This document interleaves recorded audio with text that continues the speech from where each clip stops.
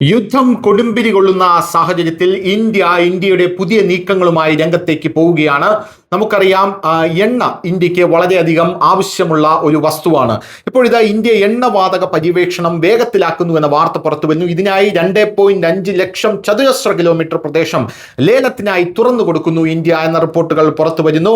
ഏകദേശം 2.5 ലക്ഷം ചതുരശ്ര കിലോമീറ്റർ പര്യവേക്ഷണം ചെയ്യപ്പെടാത്ത പ്രദേശങ്ങളാണ് ലേലത്തിന് തുറന്നു കൊടുത്തുകൊണ്ട് ആഭ്യന്തര എണ്ണവാതക പര്യവേക്ഷണം ഗണ്യമായി വികസിപ്പിക്കാൻ ഇന്ത്യ തയ്യാറെടുക്കുകയാണെന്ന് പെട്രോളിയം പ്രകൃതിവാതക മന്ത്രി ഹർദീപ് സിംഗ് പുരി AFPക്ക് നൽകിയ അഭിമുഖത്തിൽ പറഞ്ഞതായി മണി കൺട്രോൾ റിപ്പോർട്ട് ചെയ്യുന്നു.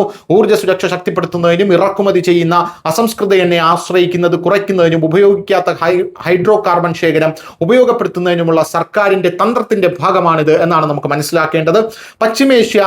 പശ്ചിമേഷ്യയിലെ സമീപകാല ഭൗമരാഷ്ട്രീയ സംഘർഷങ്ങളെ തുടർന്ന് ആഗോള എണ്ണ പ്രവാഹത്തെ തടസ്സപ്പെടുത്തുകയും ഇറക്കുമതിയെക്കുറിച്ചുള്ള സമ്പദ് വ്യവസ്ഥയുടെ ദുർബലതകൾ തുറന്നു കാട്ടുകയും ചെയ്യുന്നതിനെ കുറിച്ച് ഇന്ത്യ തങ്ങളുടെ ഊർജ്ജ വിവരങ്ങൾ സംരക്ഷിക്കാൻ ശ്രമിക്കുന്നതിനിടയിലാണ് ഈ പ്രഖ്യാപനം വന്നിരിക്കുന്നത് എന്നുള്ളതാണ് മറ്റൊരു പ്രധാനപ്പെട്ട കാര്യം.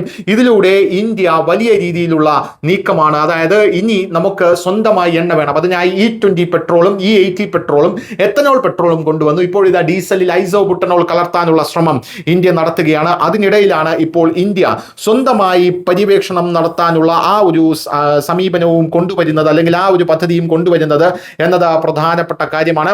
ലോകത്തിലെ 3ാമത്തെ വലിയ എണ്ണ ഇറക്കുമതിക്കാരനും ദ്രവീകൃത പെട്രോളിയം വാതകത്തിന്റെ 2ാമത്തെ വലിയ വാങ്ങുന്നയാളുമായിട്ടുള്ള ഇന്ത്യ അമേരിക്കയും ഇറാനും തമ്മിലുള്ള സംഘർഷത്തിന്റെയും ഹോർമൂസ് കടലിടുക്കിന്റെ നിയന്ത്രണങ്ങൾ കാരണം വലിയ തടസ്സങ്ങൾ നേരിട്ടു. ശത്രുത നിർത്തലാക്കുന്നതിനായി US ഇറാൻ താൽക്കാലികമായി കരാർ നിലവിൽ വന്നതോടെ ഇന്ത്യ എണ്ണവാതക കയറ്റുമതി വീണ്ടും ഗൾഫ് ജലപാതയിലൂടെ കൊണ്ടുവരികയാണ്. ഇന്ത്യയുടെ നിയന്ത്രണങ്ങളും വിലക്കയറ്റങ്ങളും ഇന്ത്യ പതിയെ പിൻവലിച്ചു കൊണ്ടുവരികയാണ്. പക്ഷേ ഇനിയും സംഘർഷം ഉണ്ടായിക്കൂടായികയില്ല. അതുകൊണ്ട് ഇന്ത്യ കരുതലെടുക്കാനായിട്ടുള്ള തീരുമാനം ഇപ്പോൾ വലിയ രീതിയിൽ തുടങ്ങിയിരിക്കുകയാണ്. News desk news Malayalam.